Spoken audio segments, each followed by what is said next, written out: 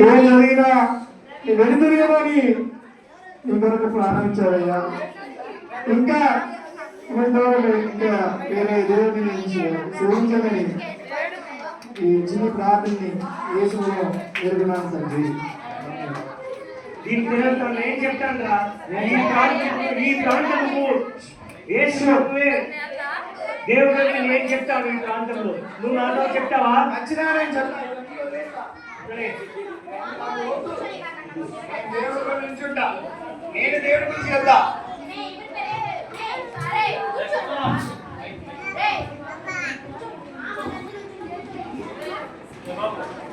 యేసు ప్రభువు మీ అందరి కొరకు సిలువలో చనిపోయారు.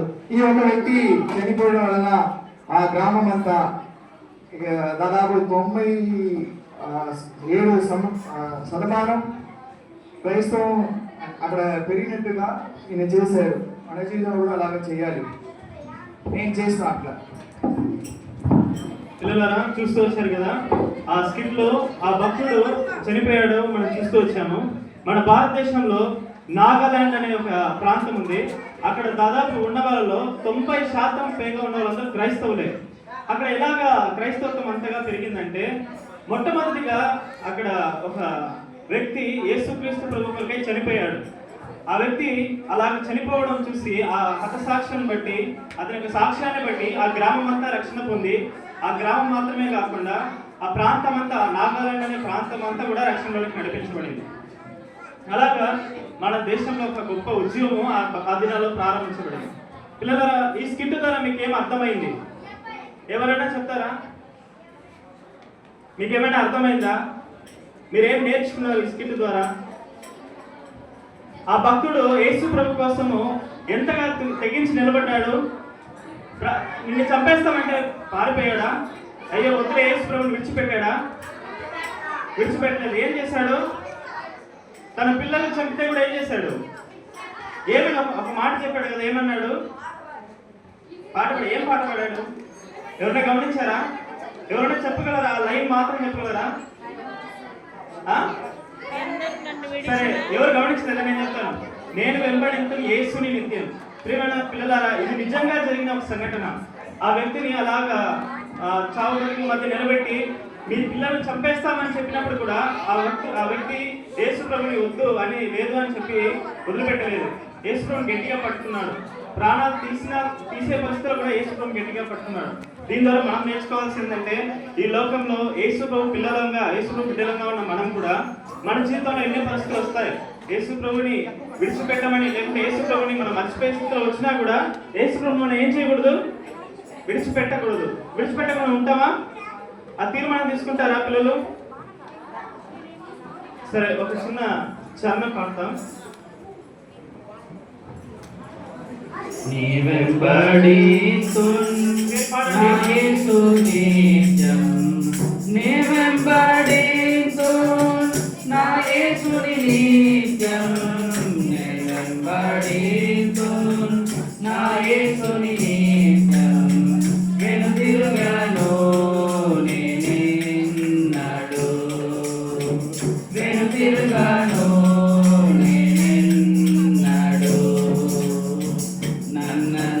విడిచినా నీ వెంబడించు, నన్నందరూ విడిచినా నీ వెంబడించు, నన్నందరూ విడిచినా నీ వెంబడించు, వెనుతిరుగను నేనెన్నడు, వెనుతిరుగను నేనెన్నడు.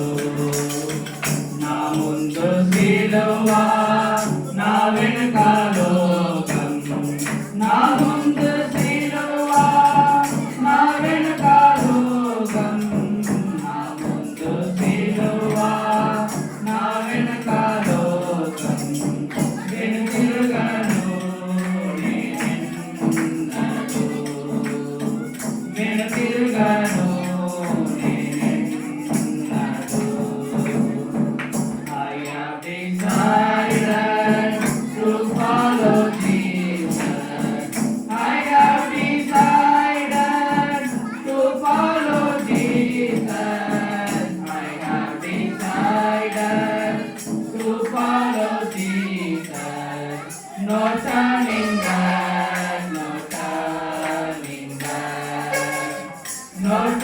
turning back, no turning back.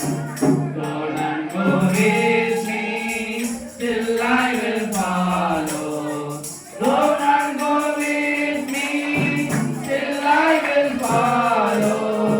Though none go with me, still I will follow. No turning back, no turning back. No turning back, no turning back. The world behind me, the cross before me. The world behind me, the cross before me. The world behind me, the cross before me. No turning back, no turning back. No turning back, no turning back. Will you decide now to follow Jesus? Will you decide now to follow Jesus? Will you decide now to follow Jesus? No turning back, no turning back. No turning back, no turning back. Will you decide now to follow Jesus అంటే నీవు కూడా యేసుక్రీస్తు ప్రభువుని వెంబడించడానికి తీర్మానం తీసుకున్నావా అనే ఒక ప్రశ్న వస్తుంది. ప్రియమైన పిల్లరా, ఎంతో గొప్ప సాక్ష్యం ఆ స్కిట్ ద్వారా మనం చూస్తూ వచ్చాము. మన జీవితంలో కూడా యేసుక్రీస్తు ప్రభువుని వెంబడించే ఆ విషయంలో వెనుతిరగకుండా ఉండడానికి యేసుక్రీస్తు ప్రభువుని సాగించింది కాక. Praise the lord.